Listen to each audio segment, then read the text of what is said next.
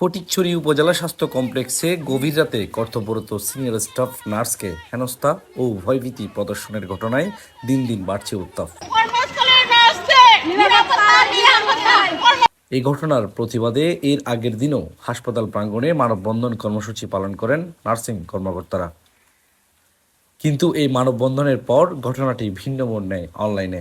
সামাজিক যোগাযোগ মাধ্যমে ভুক্তভোগী নার্সের বিরুদ্ধে শুরু হয় চরম অপপ্রচার। ফেসবুক সহ বিভিন্ন প্ল্যাটফর্মে শত শত মানুষ এই নার্সের বিপক্ষে নানামুখী নেতিবাচক মন্তব্য করতে থাকেন।